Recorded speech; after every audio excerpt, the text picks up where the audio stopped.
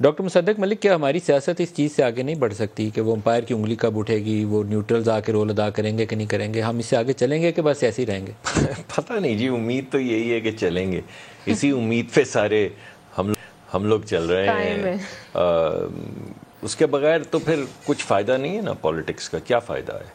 تو میں سمجھتا ہوں کہ اگر ہمیں آگے بڑھنا ہے تو ایک ہی طریقہ ہے، اور وہ یہ ہے کہ جس طرح پرائیویٹ سیکٹر کی ایک مارکیٹ پلیس ہے، پبلک پالیسی کی بھی ایک مارکیٹ پلیس ہونی چاہیے، جس میں واحد چیز جو میٹر کرے وہ اس شخص کے خواب ہیں جو وہ ووٹ کے ذریعے لوگوں کے حوالے کرتا ہے، ان لوگوں کے جو اپنے آپ کو پبلک سروس میں کہتے ہیں کہ ہم نے زندگی گزارنی ہے، اور پھر ان کو اکاؤنٹیبل کرتا ہے، اور بغیر کسی اور چیز کے، کسی انفلوئنس کے، صرف اس بنیاد کے اوپر کہ وہ جو غریب آدمی کی ماں کے آنکھوں میں خواب تھے اپنی بچی کے لیے، وہ اس نے پورے کیے ہیں یا نہیں کیے. اور 5 سال ایک لمبا عرصہ ہوتا ہے، تو اس کے اندر پتہ چل جاتا ہے کہ آپ وہ خواب پورے کر سکتے ہیں یا نہیں.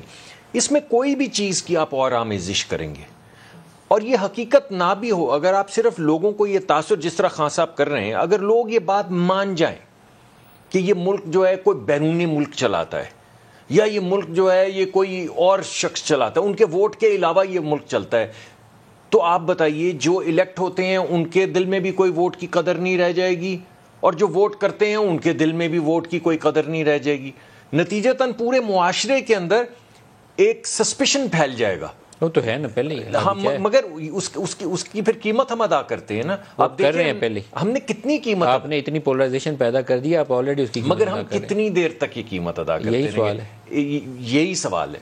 اور میں سمجھتا ہوں کہ آہستہ آہستہ ہمیں آگے بڑھنا چاہیے.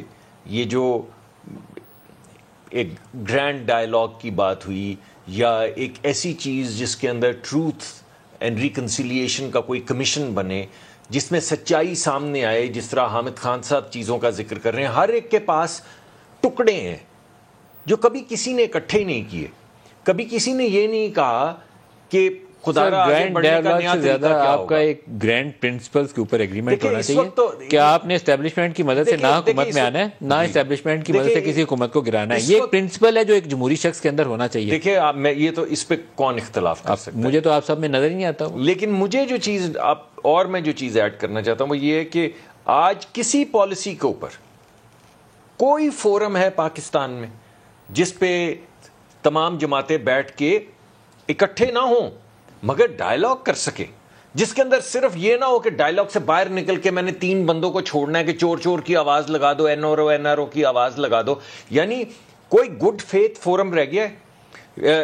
آپ کا میڈیا ہے جس میں ہم شام کو آتے ہیں، اس کو میں لائن کر دیا، کسی کو لفافہ، کسی کو کوچ، کسی کو اینٹیں، کسی کو پتھر، ہر دور میں تو وہ بھی ملائن ہو گیا.